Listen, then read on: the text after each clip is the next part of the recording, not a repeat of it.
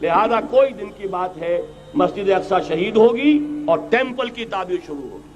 بہرحال نوٹ کر لیجئے، عالم عرب جا چکا، یہ ایودھیا کی مسجد شہید کی گئی، ابھی یہ ایک بہت بڑا مزار جو ہے شہید کیا گیا، اور اس کے ساتھ کئی مسجدیں شہید کی گئی۔ یہ سب کیا ہے؟ یہ مسلمانوں کی نفس دیکھی جا رہی ہے کہ کوئی غیرت اور حمیت نام کی کوئی شے باقی ہے، اور یہ کوئی دن کی بات ہے کہ اب مسجد اقصی کا نمبر آیا کہ آیا، اس کے لیے پوری تیاریاں ہو چکی ہیں۔ یروشلم کا مشرقی حصہ خالی کرایا جا چکا ہے، اس کے اندر اب پورا تسلط یہودی کر رہے ہیں، لیکن یہودی اب پیچھے قدم ہٹانے والا نہیں ہے۔ ان کا تھرڈ ٹیمپل، تیسری مرتبہ ہیکل سلیمانی تعمیر ہونا ہے۔ نوٹ کر لیجئے، ان کے لیے وہ وہی کچھ ہے جو ہمارے لیے کعبہ ہے، ان کے لیے ہیکل سلیمانی بالکل وہی حیثیت رکھتا ہے جو ہمارے لیے کعبہ۔ وہ ہیکل سلیمانی ایک مرتبہ پہلے نبوکدنضر کے ہاتھوں مسمار ہوا، پھر سن 70 عیسوی میں ٹائٹس کے ہاتھوں مسمار ہوا، سن 70 کے بعد آج 1995 میں کتنے برس ہو گئے؟ پورے 1925 برس ہو گئے کہ ان کا کعبہ زمین بوس پڑا ہوا ہے۔ اب تک تو ان کا بس نہیں تھا، اب تو بس ہے کہ نہیں؟ اب ان کی حکومت ہے کہ نہیں؟ اب شاہ حسن ہو چاہے شاہ حسین، ان کے نوکر اور چاکر ہیں یا نہیں؟ اب انہیں ڈر کس کا ہے؟ لہذا کوئی دن کی بات ہے مسجد اقصی شہید ہوگی اور ٹیمپل کی تعمیر شروع ہوگی۔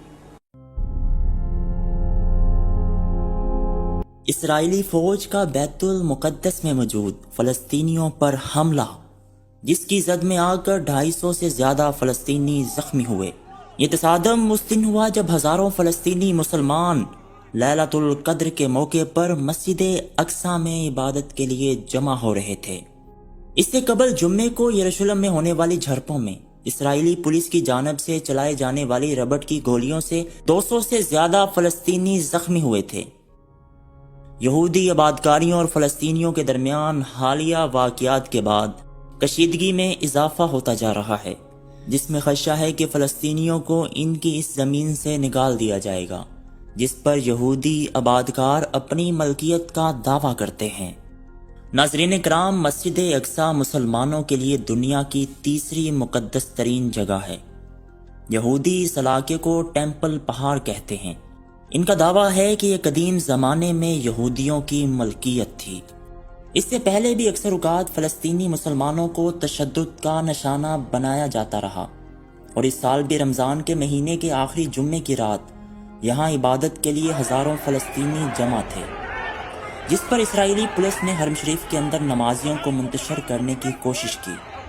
اسرائیلی پولیس کی طرف سے دستی بم، گیس بمبوں اور ربڑ کی گولیوں کا استعمال کیا گیا۔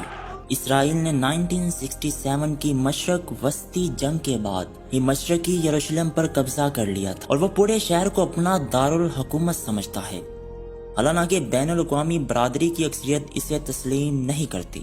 فلسطینیوں کا دعویٰ ہے کہ مشرقی یروشلم مستقبل میں بننے والی ان کی آزاد ریاست کا دارالحکومت ہے۔ ناظرین کرام، مسجد اقصی کا مسئلہ صرف فلسطینیوں کا مسئلہ نہیں، بلکہ یہ پورے عالم اسلام کا مشترکہ مسئلہ ہے۔ مسلمان عالم شاید یہ بھول رہے ہیں کہ مسجد اقصی قبلہ اول ہے۔ مسجد حرام اور مسجد نبوی کے بعد جس مسجد کا نمبر ہے وہ مسجد اقصی ہے۔ یہ وہی مسجد اقصی ہے جہاں محمد صلی اللہ علیہ وسلم مکہ مکرمہ سے رات میں لائے گئے تھے۔ اسی مسجد میں آپ صلی اللہ علیہ وسلم نے انبیاء علیہ السلام کی امامت کی تھی۔ پھر یہیں سے آپ صلی اللہ علیہ وسلم کے معراج کا مبارک سفر شروع ہوا تھا۔ یہ وہی مسجد ہے جس کے بارے میں رسول اللہ صلی اللہ علیہ وسلم نے فرمایا، وَالصَّلَاةُ فِي الْمَسْجِدِ الْأَقْصَى ب50,000 صلاة، کہ ایک شخص کی مسجد اقصی کی ایک نماز کا ثواب 50,000 نمازوں کے برابر ہے۔ ناظرین کرام، فلسطینی مسلمانوں پر آئے دن کوئی نہ کوئی ظلم و بربریت کی داستان سننے میں آتی ہے۔ ان مظلوم مسلمانوں کو جس قوم کا سامنا ہے وہ نہایت ہی سرکش، ضد و اناج سے بھری قوم ہے۔ اس قوم کی نیچر میں یہ ہے ہی نہیں کہ وہ حق کو بخوشی قبول کریں۔ اللہ تعالیٰ نے اس بےہودہ قوم کی ضد و اناد کے حوالے سے قرآن کریم میں فرمایا ہے، وَلَن تَرْضَ عَنْكَ الْيَهُودُ وَلَا النَّصَارَىٰ حَتَّىٰ تَتَّبِعَ مِلَّتَهُمْ، اور ہرگز راضی نہ ہوں گے تجھ سے یہود اور نصارہ جب تک تم تابع نہ ہو ان کے دین کا۔ یعنی یہود و نصارہ اتنے سرکش اور ضدی ہیں کہ ان کو امر حق سے کوئی سروکار نہیں۔ وہ اپنی ضد پر اڑے رہیں گے اور کبھی بھی حق کی دعوت کو قبول نہیں کریں گے۔ حضرت محمد صلی اللہ علیہ وسلم کے زمانے میں جن یہودیوں کی یہ حالت ہو، آج ان کی اولاد سے کیا امید کی جا سکتی ہے کہ وہ حق کو قبول کر لیں گے اور ان کے ساتھ مذاکرات کیے جائیں۔ اس حقیقت کے باوجود کچھ لوگ ہمیشہ ان صہیونیت زدہ یہودیوں سے مذاکرات کے میز پر بیٹھ کر مشترکہ فلسطین اور مشترکہ مسجد الاقصیٰ کا حل نکالنے کی تلقین کرتے نہیں تھکتے، جبکہ یہ ایسی قوم ہے جو مذاکرات کی زبان نہیں سمجھتی۔ یہ بزدل قوم کبھی بھی امن پروگرام کو منظور نہیں کرے گی، پھر ان سے مذاکرات کس لیے؟